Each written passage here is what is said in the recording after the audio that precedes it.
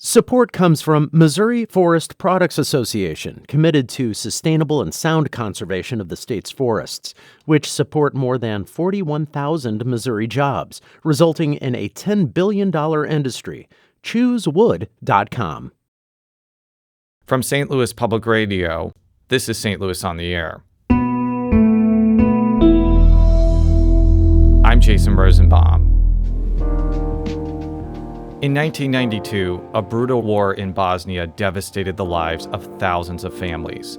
Like many who fled the carnage, the family of Azra Selimovic found their way to St. Louis. Here, the Bosnian community built new homes, businesses, and lives of their own. 3 decades later, Azra is taking that step herself. She opened a new luxury tattoo parlor a couple of weeks ago, and that's notable for several reasons. It's Bosnian-owned, which is a rarity, but there's a personal story here connecting tattoos, Bosnia, and one family's journey to St. Louis. And to talk about this story, Azra Selimovic joins us in studio. Thank you so much for being here. Thank you so much for having me.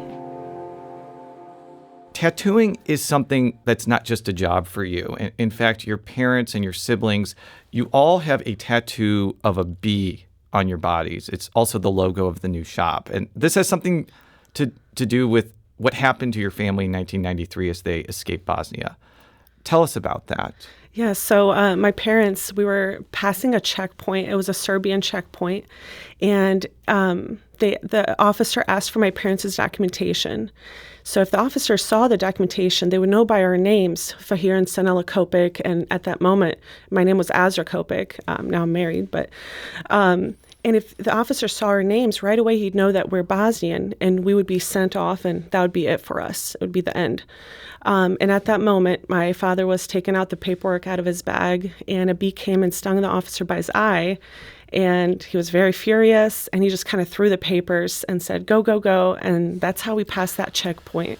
Oh, my gosh. Yeah, it was quite a miracle. I think that's one instance where you're glad a bee stung somebody in the face. Definitely. But there also seems to be a special connection between Bosnians and tattoos. Can you elaborate on that? Yes. A long time ago in the 1300s, the Ottoman Empire came and they did a conquest of Bosnia. And so the mothers would tattoo their daughters and sons to protect them. At that time, tattoos were looked at as tarnished. If individuals had them, they would be tarnished. So they would tattoo their daughters and sons to protect them. And they would tattoo, we call it ograda. And what that means, it's called a fence, and that's for protection. So to protect their children. So yeah, tattoos are huge in the Bosnian culture. So opening this business has not been an easy process for you. Because it's in Afton, it has to go through the St. Louis County Planning Commission because Afton is not a city and everything is sort of overseen by the county. And some residents publicly opposed your business. What was the experience like getting this business approved? Yeah, it was actually really hard. The county council were very supportive. They saw our business plan. They saw our dreams and goals, and they supported us. And I just kind of wish that the residents, that they gave me a chance to meet me, and that this isn't, your traditional type of tattoo parlor. This is a luxury tattoo parlor. And we really invested in the luxury experience, in the atmosphere, and also in all of our products. We don't cut any costs when it comes to our inks and needles. So I really kind of wish that they gave me a chance to explain to them our business goals. Because when the public thinks of tattoo parlors, they may get this idea that it's a seedy, dangerous type of business. But as you just mentioned, you're really going for something completely different. Yes. But what separates a luxury tattoo parlor from just a regular tattoo parlor, in your opinion? Yeah, so it's definitely the atmosphere. Our luxury design on the inside, and then we really cater really nicely. Like we have a complimentary little mini fridge, and like I said, we just use the top-notch equipment. And then hopefully you guys can come in and take a look. But it's quite beautiful in there. White marble floors throughout. So it was very important for us to make it an environment that will that will be luxury for our clients and also for me. I'm there more than I am at home. So I'd like you to walk through like what it takes to become a tattoo artist, because from reading like the Riverfront Times, for example, and St. Louis, the St. Louis Post-Dispatch, it's a pretty arduous process. yes, I've been an artist since I was 4, and moving around a lot and speaking different languages. And when I came here to America, it was hard. I would speak Bosnian to people, no one would understand me. I was a child. And then German, and no one would understand me. So I really kind of fell into art because it was a language that I could like express myself through. So I've been an artist since I was 4. So what it takes is really amazing like artistry skills, and definitely being able to transition from a paintbrush to a tattoo machine. So. And it's also like you had to have an apprenticeship too. Yes. And from reading other articles, you've decided to try to treat your apprentices in a much different way than you were treated. Can you kind of elaborate on that? Yeah, being a woman in a male-dominant industry was quite difficult. I had to deal with a lot, but I have really thick skin, so I made it through. But I definitely won't. That's why I have a female apprentice at this time, Destiny, and she, I don't make her clean. I don't make her, kind of do all the work, because in the tattoo industry, that's how you earn your stripes. But I told her, I said, you're here to learn, and I'm here to teach you. And it's about tattooing. It's not about all the, all the other stuff. So, because I think in order to become a tattooist in Missouri, you need several hundred hours. Yeah, 300 hours of actual. Mm-hmm. I don't want to say practice, but don't you actually have to do tattooing on actual people, or is part of that like practicing on paper or the wall or your car or something like that? No, definitely on skin. Those 300 hours has to be on skins, and it's 50 different procedures. So yeah, quite a lot.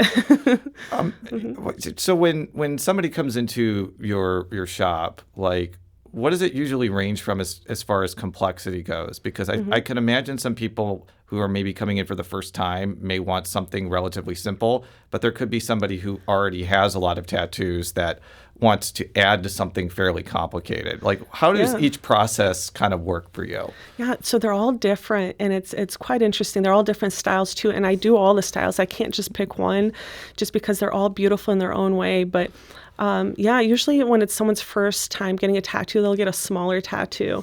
And usually how it starts is with a consultation, a free consultation. And we talk about what they want to get. And, if it's a memorial tattoo, how do they want to remember their loved ones? And so it's kind of pretty different for each client.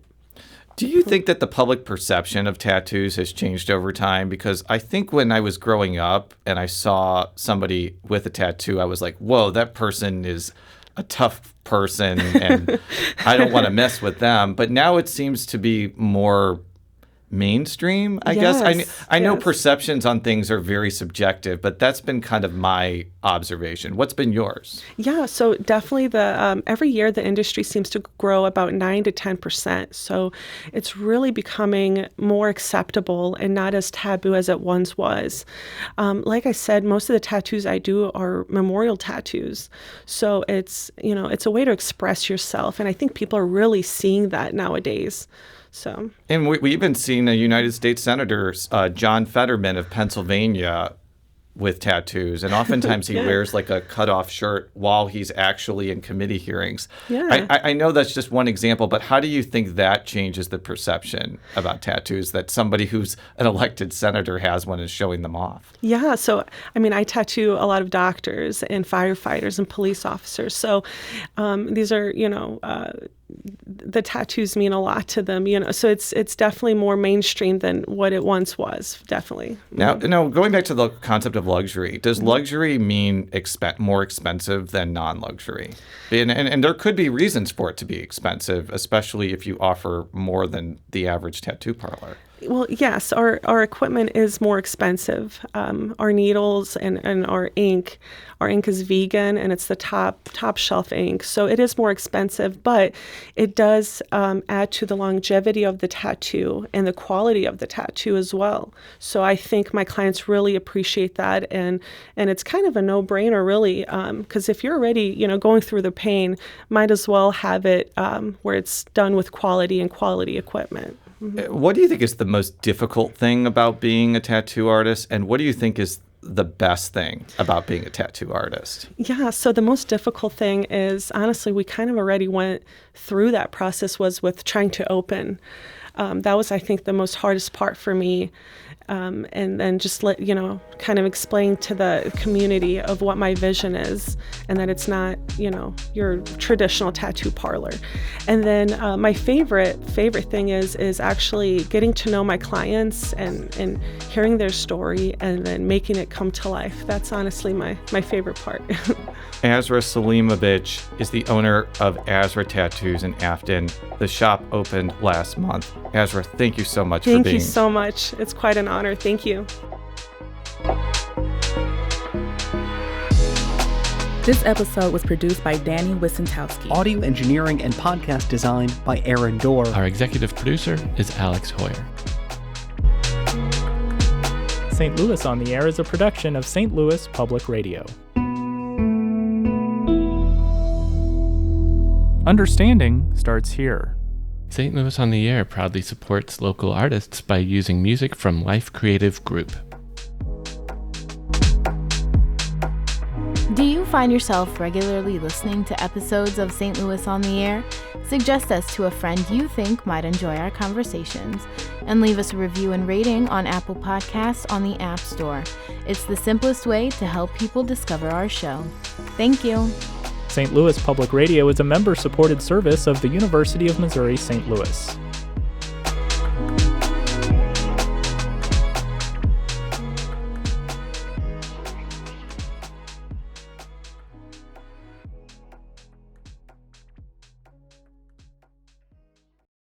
Support comes from Missouri Forest Products Association, committed to sustainable and sound conservation of the state's forests, which support more than 41,000 Missouri jobs, resulting in a $10 billion industry.